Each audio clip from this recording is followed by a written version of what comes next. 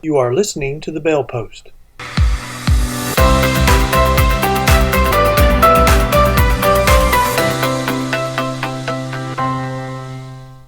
Welcome to our next episode of our podcast, and today we're going to be talking about a topic we don't talk about enough, and that is how these bad reform or bail reform failures are having a significant impact on domestic violence survivors. And I think legislators and judges would be shocked about how these bail reform failures are impacting this group in such a negative way.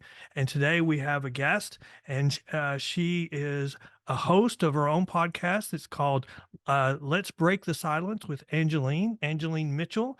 Thank you so much for joining us on our podcast today. Oh, you're welcome. And thank you for having me on your show today. Honored to be here, Ken. Thank you so much. Well, thank you. Thank you for coming on the show because I think this is an issue that kind of is under the radar. It Um, is under the radar, yes. but let's talk about let's set this up. So, you're a domestic violence survivor as well, and that's what kind of brought you into this area of interest. It's not, I guess we would say it wasn't willingly, but uh, you share your story on your podcast of healing from a relationship of domestic violence and the critical moment that where you drew a line in the sand and you decided that you deserved more in your life. Let's begin with, what red flags did you have, or did you have any red flags at the start of your relationship, and what do you think changed that caused this relationship to become more toxic? That's a good question. And when I was first in the relationship, which then led to marriage, there were no signs whatsoever Hmm. because he masked it, meaning he wore the mask and didn't display any erratic behavior, narcissistic behavior, gaslighting, nothing. He was, I thought he was the love of my life, honestly. I Wow. mean, being married at 25 and Hmm. working in New York City and making six-figure income, that was like the dream Oh, because I moved to absolutely. Minnesota. Yeah. So I said, and then, but slowly but surely, he started to show it. And we got married in 1989 as the Justice of the Peace. And he was not shortly after, but like after about a year or two, then he started to show narcissistic behavior, meaning he would gaslight me, he would ignore me, he would blame me for the finances. Meanwhile, I worked in his business and brought sales in for the company. We were selling advertising in New York City and the five boroughs. So I was out on the road all the time. I was getting sales for him, and he didn't feel appreciative. Do you think he was always like this, or do you think it became you were outshining him, or do you think something happened in his personal life? Because people change over time. What do you think was the cause of him stopping masking? A couple of things happened. He became jealous and resentful Hmm. because all of a sudden I was shining. And also he and back in childhood, I remember he shared the story with me of his mom. This is when he was about Hmm. 5 years of age, and he was brought up in a Greek family like me. And his mom, he was in the bedroom doing something, and his mom threw a shoe at him. And I think that was, something that was ingrained in his mind because that's like trauma. It's traumatic for a 5-year-old to experience that. Well, And he never expressed it until much later. well, Never so said anything. so Yeah. you're So, working in his business. Y'all are very integrated, and mhm. you start seeing red flags. How long did it take for you to decide, you know what, I'm drawing a line in the sand. This has got to stop. Well, it took me a long time, and I'll tell you Mhm. why, because I felt ashamed. And I felt ashamed to come out and share my story and to seek help at first. Later on, I did seek help, but at first, I did not seek help because I felt embarrassed. It was my self esteem was like way down, and I remember in 1999 in December, and I've shared this on my podcast along with other um, podcast shows. He One night there was an argument, and I was lying in bed, I was crying, and I was wearing my robe, and I said, "Well, you know what? I'll just go into the other room and just sleep tonight," because we lived in a 3-bedroom Cape house, and I didn't make it into the other room. He Mm, took me from behind, he grabbed me by the neck, and he threw me against the wall near the bathroom, and I fell backwards. And I was bleeding. My nose was broken. wow. Yeah, yeah, and that was very traumatic for me because I was like, now, you know, I'm lying down. I mean, I'm basically crying, and I'm wondering whether I'm gonna make it that night Yeah. because I was bleeding. And what's not unusual is that he 5 minutes later took me to the hospital, to the emergency room, which is not unusual because he was trying to cover it up and make it seem that I fell down the stairs. And so he took me to the emergency room. I was there all night, hooked up on IV, and the surgeon came out and he said, "You're going to need reconstructive nose surgery." So I was all bandaged up, but I was in pain. Like my face was swollen, everything was swollen. So when My you face. decide, okay, we've crossed the line and now you're showing me a side of yourself that Mm. I not only am I don't like, it's not the person I thought I knew. Now I'm scared. I Oh mean, yeah. how do you go from I mean, I understand what you're saying about, you have all these feelings about, you're ashamed. I mean, I know a lot of people, I would feel it's partly my fault. This person isn't the person I thought it was my fault. But how do you go from there to saying, okay, I'm done? I mean, I would have so much fear that, there's going to be so much retribution. I mean, financial, physical, all Oh the yeah. spectrum. There was financial abuse, there was verbal abuse. After that incident happened, he never hit me again. It was just a lot of verbal abuse. Like things would be okay for a couple of weeks and then he would be back at it. So I drew a line in the sand in May of 2010. And I said, I just woke up one morning with an epiphany. I call it an awakening. So the awakening was that I surrendered and I stopped playing the victim, and I decided to drive to my lawyer's office at that time in Poughkeepsie, New York, and write out a check for $5,000 to start divorce proceedings. And that was like the turning point for me. So that was like the pivoting moment for me where I just said, that's it. That's it. Because I had gone for counseling, I went for Sure. therapy, and I started to go out by myself, and I realized that I could live on my own. I said, "I can do this." It was a mindset shift for me. I have a special needs daughter who's, when she Mhm. was 5, she had a bone marrow transplant. Now she's a freshman in college. Right. And when she was very, so she has some arm deficiencies because she's missing one of the 2 bones in both of her forearms. And she had a bone marrow transplant because she had low platelets. When she was very young, I mean, when she was like kindergarten, 1st or 2nd grade, people would say things to her about her arms. And I mean, she was such a champion for herself. She would say, "Hey, that's not nice. You're not supposed to talk to people like that." And, sometime at some point through the years, that changed and she became a much more shy person, a loner. And I wish wouldn't we all be much healthier if we were like when she was real little and when something like that happened, say, "Hey, you're not supposed to do that. That's not Right. nice. That's not the proper way we're supposed to talk to people." But I think what she went through as she went through high school is really what a lot of people go through. They get beat down. Mm.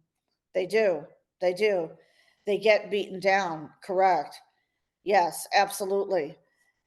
Well, And talk this Yeah, talk go about when once you decide, okay, this is a toxic relationship, we're going to end it. From Mhm. that decision to what I would say rebuilding your life or making a new life. What Right. was that like? How long did it take? It took me a year to rebuild my life.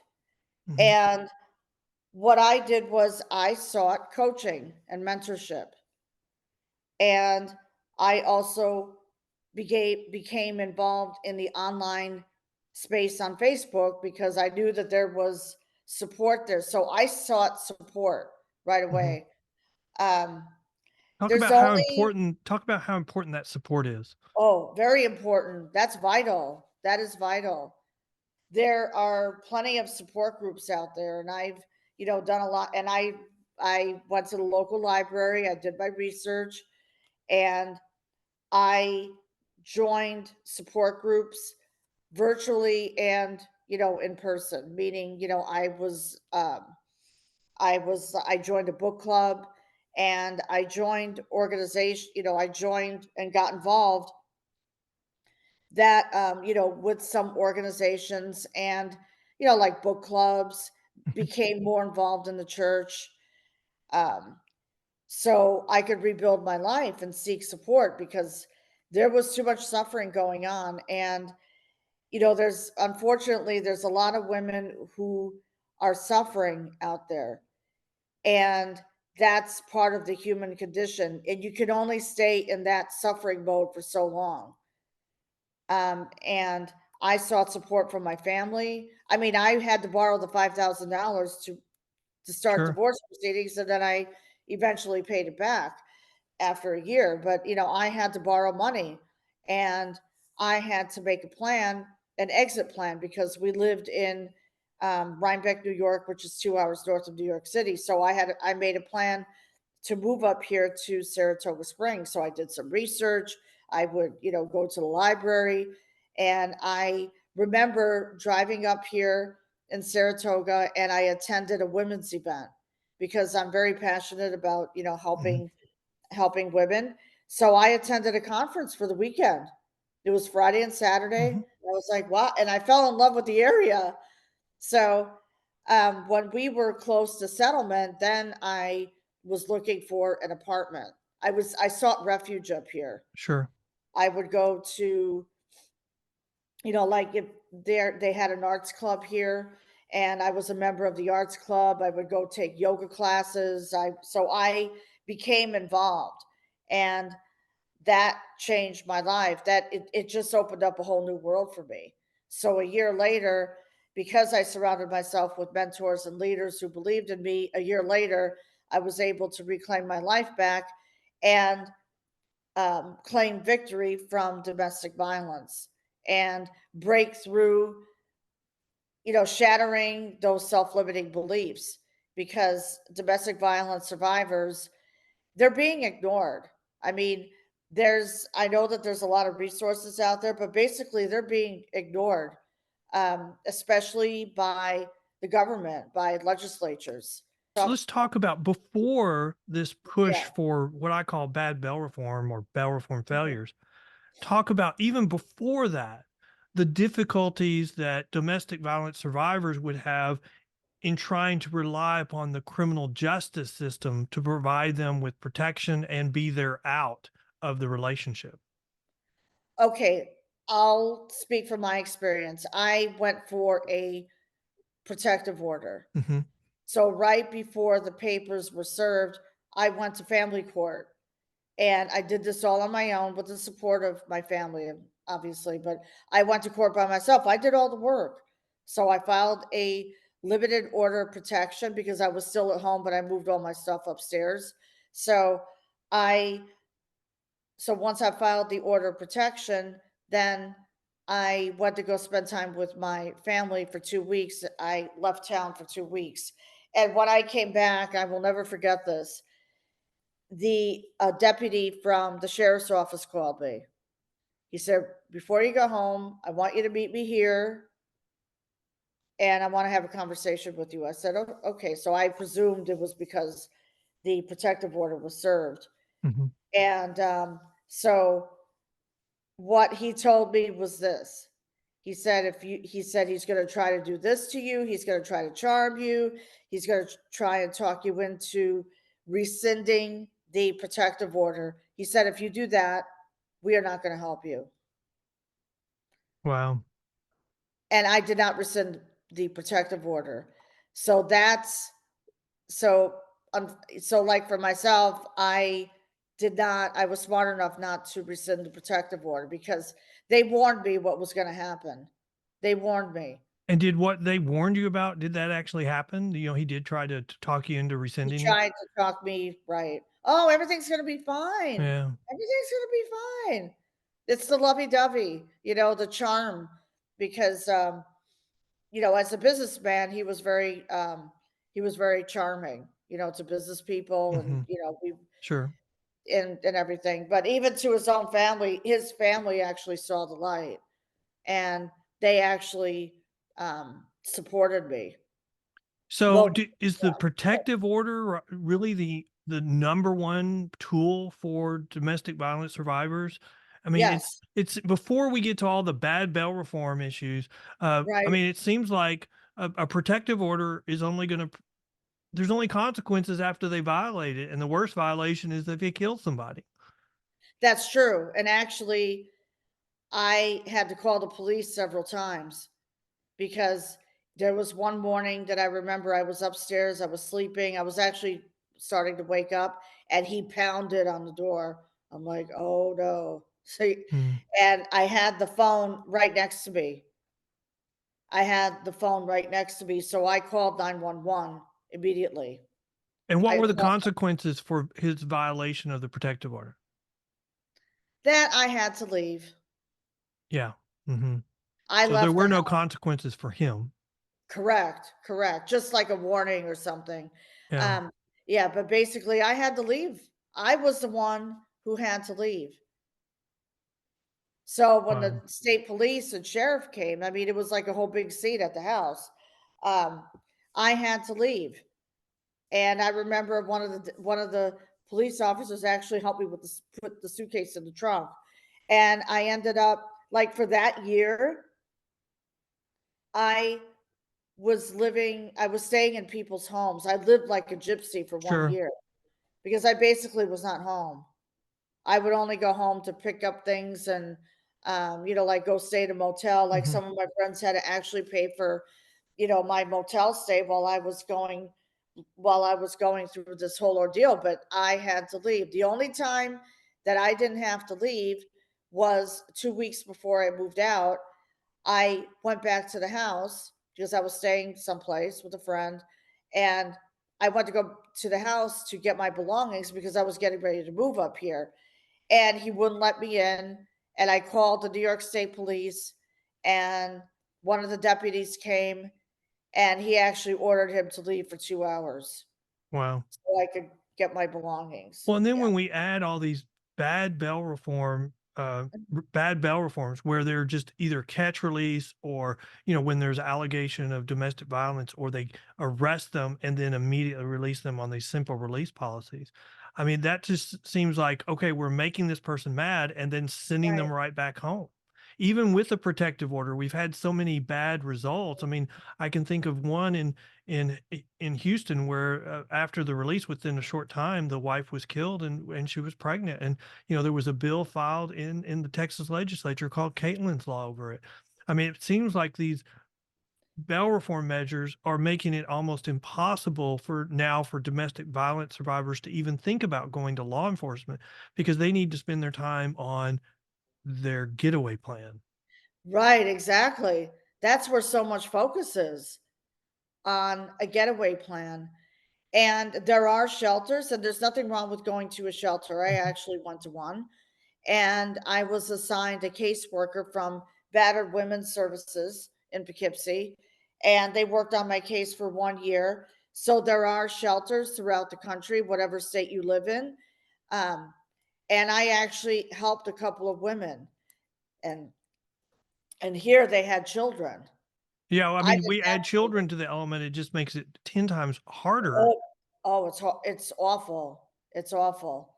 It's awful, and I remember when I was in court one day, and there was a couple it was like a domestic violence, except a child was involved. There was a child Mhm. there. The stuff that goes on in court, it's crazy. Well, if you Crazy. had an opportunity like today to talk to a legislator or a judge, Mm. about how the government, the criminal justice system is failing domestic violence survivors. What could they be doing differently so that we're not putting the perpetrator over the victim? Right, exactly. That's the whole problem. This issue is shoved under the carpet. They do not want to talk about it. No one wants to talk about protecting domestic violence survivors or even giving them food, shelter, resources. They would rather spend that money on something else. That is totally, I mean, I'm an advocate for domestic violence. So my goal, one of my goals, and I'm going to be working on this, is we have to be that voice. We we have a voice, and it's up to us to amplify our voices. It's up to us to call our legislatures instead of focusing. So for instance, TikTok being banned, let's go to the legislatures and let's talk about providing resources for domestic violence and having tougher laws against the Mhm. abusers. That's where the legal system is broken. Well, I've looked at this, Mm. as I was preparing for today, and I Texas has amended their constitution to allow domestic violence survivors to be denied bail in the appropriate situation, which that's great. That's a great resource. But the problem is a lot of the charges that they're charged with are misdemeanors. And so judges aren't going to deny bail for a misdemeanor. And a lot of times, like where we're having problems in Houston, they're just being released on a personal bond. And that's where we're having problems. There's no cooling off period. There's Mhm. no wait. It's just they're mad. And so they get out of jail and they go do something. And, I think about my home county, Smith County, where we've had the courthouse shot up. It was over family issue. The Fort Worth Court of Appeals years ago had an oral argument and multiple judges got shot during the oral argument. It was a family issue. So these Wow. family issues are the lightning rod for violence, and we're not giving them their due. We're actually I agree with what you're saying. We're putting it all under the carpet. We're ignoring it. And in this bail reform movement, where bail reform is failing victims, it is just 10 times worse because now the victim can't even think about going to the criminal justice system because they've got to get out for their own Right. protection. And then that makes their ultimate case worse when they're filing for divorce because they haven't made certain allegations. So it makes it harder for them to limit access to the children. Exactly. Exactly. And not only that, and that's true. We're so focused on making an exit plan. Hmm.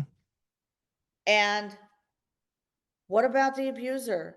Like for instance, for me, I called the police numerous times. Why not just take Yes. him away? Why He not? violated the protective order. Nope, they did nothing. I was looking at this. I'm like, well, there's a high Yeah. dismissal rate on these types of charges for domestic Oh violence. yes. Well, absolutely there is. The witness or the complainant is going into hiding or they're scared for their safety. And so absolutely there's going to be a high dismissal rate because they're worried about their skin, not about, if the government's not going to protect them, if the government's not willing to spend the resources to uh, ensure their safety, then what else would you expect the result to be? Exactly. Exactly. Now, for example, I have a very good friend who lives in Missouri, and last year she almost died. Her abuser nearly choked her to death. And she called the police. He has an alcohol problem, so he Mhm. has all kinds of issues. So make a long story short, he went to jail. And guess what she told me 2 weeks ago? That Right. he was out early. So now she's making a plan to move out of state. Absolutely. Yeah. I mean, she has to for her own safety. Yeah, exactly. And she has a daughter. Mm. But I mean, she's afraid, like she said one night, I hope he doesn't come to the house. I mean, this is why are they being set free? It makes no sense to me when he literally almost murdered her and he gets out and He's Well, he got now out because he didn't murder her. If he'd have murdered her, he would have gotten a longer sentence. I mean, that's really where we right, are. right. I That's mean, unfortunately that's the case, and that has to change. So it's up to us to, go to for yeah, me, go to Albany, New York, and be the voice for women. Bond with, like band together. That's what I call it. sure. Come together, go down to Yeah, be Albany, the voice of these be group the of these voice. women.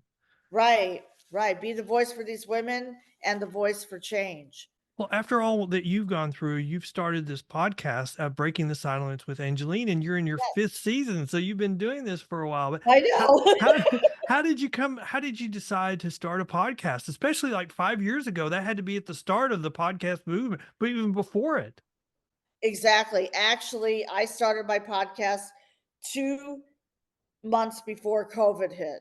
Ah, Yeah, ironically, yeah, 2000, yeah, so I started it in December, of 1999. It said 2020 is gonna be the year, right? It's like, now podcasting because, yes, we are the voice for change, and I've always had a passion for empowering women to amplify their voice, to share their real life stories of how they went from lost, overwhelmed, feeling fear, and feeling broken to now thriving after domestic violence. And a lot of these women with whom I interviewed, they have become coaches, authors, spiritual counselors, whatever their passion, because they discovered their true identity.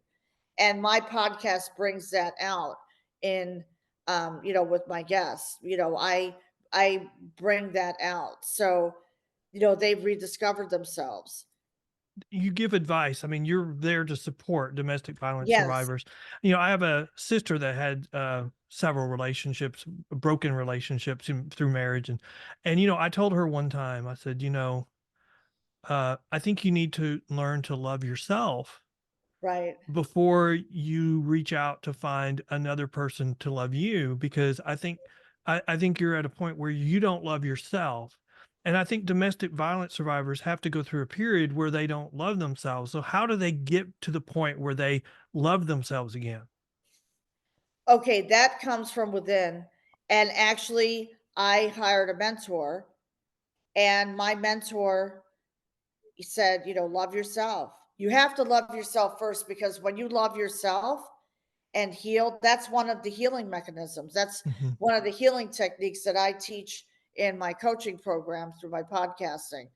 So, loving yourself, meaning that you love yourself of who you are, Who you are. and take yourself, like what I was doing. I was, taking myself out to dinner, going for a walk in the park, going to a movie, going to the theater, meaning loving on me. I took care of me. Like today is Wellness Wednesday for me. So I take care of me. Mhm. I went to my chiropractor, and, I basically took a recharge. It's a reset today for me. Doing that because, first of all, you cannot pour from an empty cup. And Yeah. if you are not completely healed from that broken relationship, that toxic relationship, there is no way that you can pursue another relationship. And a lot of women, who I know, make this mistake. They go after whoever, Oh. like a guy on social media. They come on, and meanwhile they hate themselves. Mm, They haven't completely healed from the trauma. So, in other words, if you don't completely heal from the trauma and not being able to love yourself, there's no way you can be in another relationship. First, you have to focus on you. yeah. Love yourself. Take yourself out. One of the lessons I learned in marriage is, sometimes I get really mad at my wife. And when I get Mhm. really, really mad, I make myself stop and do something nice for There you her. go. There you And go. so I think there's a lot of healing or getting over being angry by doing something nice. And for somebody, it doesn't have to be a big thing. It's No, where you're thinking of someone else's needs instead of yours. And it could be someone at work. It could be anything. It could be just someone at church. And I really kind of liked that. I mean, that's kind of stuck with me. Now, of course, the first time I did it, I washed her car and I intentionally did not take off my wedding ring. And so God got onto me and while I washed her car and I lost my wedding band. And so Uh-oh. then I had to disclose that I lost her my wedding ring while washing her car. And so, Ouch, okay. but I just have always stuck, I mean, I think sometimes this generation thinks, oh, we have to help everybody else over ourselves. And I don't No, think that's a healthy way of doing it. You have to be self sufficient to be able to help people. And I think reaching out to help others is a good way, even if it's exactly. working at a soup kitchen or something, just doing something where you're not thinking Right. of yourself or your troubles. But I mean, if you were to kind of think about, your 5 seasons on your podcast and all your experience, what would be some of the top advice you would give somebody that is uh, saying, I'm in a toxic relationship and I need to get out? The first thing is to take ownership and surrender, recognizing the fact that you are in a toxic relationship. And that's what I realized. That's what I came to learn, that I was in a toxic marriage. And yes, it's scary to surrender, but guess what? Once you do that, then the whole world opens up. Once you, and I call it stop playing the victim, okay? Because there's only so long that you can play the victim and be in survival mode. It's time to take massive action. So, number one is recognizing that. And number two is starting to love on yourself. I am worthy because women, especially domestic violence survivors, have been conditioned to believe that they are not Mhm. worthy. And that is huge because they've been beaten down to the ground emotionally. Emotional abuse is worse than physical abuse, Mm. believe it or not. Because they play with your mind and they do all these things, they put you down. I mean, what he did, he wrote letters to the New York State Police admonishing me. And the sheriff's office, and they caught on to it, and they came to me and told me what happened. And I said, that's it. I said, I'm not going to put up with this anymore, but I said, I need your help, I need your support right now, because now I'm working on an exit plan to leave, to move out. And so, so I had to surrender, and that's it. And then I went online after, I had a mentoring session with my mentor, and I am grateful for him to this day because he said, Angeline, you have not shared your story with the world yet. I said, I know. I said, people had an idea, like my close friends and everything, but it was in March of 2018. I was in my one bedroom apartment, and I decided that I was going to share my story and be very real, raw, and vulnerable. And 7 million views later. Wow. And I was live for 18 minutes. I was live for 20 minutes. And after that live was over, it went viral. Wow. So people are scrolling, and there was no TikTok at the Yeah. time. Hmm. So people were scrolling on Facebook. A lot of women and men too, a lot of them are looking for hope. And Sure. that's what inspired me to start my podcast. Because I have a story to share, and there's a lot of women out there who, want my help. I mean, I'm blazing the trail for these women that they can reclaim their life and regain their power after domestic violence. And it's going to be work. Like, you have to be willing to do the work, meaning I did a lot of inner work, shadow Sure. work. Try to work. I've talked to other groups that do what you Mhm. do, and it's a lot of, you need an exit plan. I will be part of your exit plan. I will meet you on this corner with your bags, and I will take you That's to, right. and you will disappear. That's right.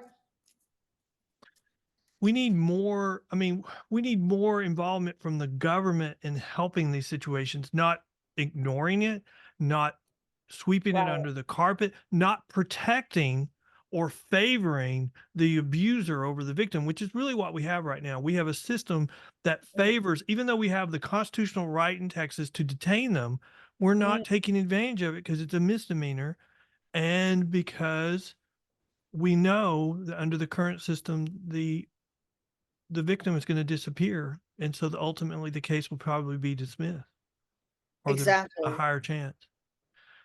Well, Exactly. Angeline, if somebody wanted more information about you or your podcast, how would they? They would go to my website, which is letsbreakthesilence.com, www.letsbreakthesilence.com. And my podcast is on Spotify, Apple, and Google, and on my YouTube channel at Let's Break the Silence with Angeline. So that's how people can reach me. And also, they can email me, which is everything is on my website, but just Okay. to make things easier, Angeline at letsbreakthesilence.com. And I'm on Facebook, Instagram, and LinkedIn and TikTok. So I'm all over YouTube. Well, but you're all over so that people can reach you, so that you can help Right, them and answer exactly. We're questions that breaking they the have. silence. We need to break the silence and break this stigma because the courts are not doing enough to, I mean, these criminals, oh, makes me sad to see someone being released early. Well, I And mean, this is the perfect example. The government yeah, always thinks we can solve a situation with a new government program. Here's a situation where the government really is doing nothing, and we have almost like, one of those old railroad systems where we were getting people out of slavery. We're doing that. We're getting people out of domestic violence, and it's exactly. all volunteers, and it's very little government involvement, and we need to fix that. Exactly. We do need to fix that. Absolutely. Well, thank you so Absolutely. much for bringing this a spotlight on these issues and talking about all the great work you're doing. Thank I you. I just think that this is an area where I think we need to put more spotlights on here, and we need to highlight these, and we need to be working on these issues to bring this information to the legislature. Because once you come and talk, I just can't see the legislature change. I mean, not agreeing that we have to do something. Exactly. Exactly. All right. Exactly. Well, We need thank you so let's speak much. up and let's be the voice for change. Well, thank you so much, Angeline. Thank you so much for coming, You're and I welcome. look forward to talking to you again in the future. Yes, and same here, Ken. Thank you so much for having me on your Thank you show. for listening, and come back for the next episode of The Bell Post.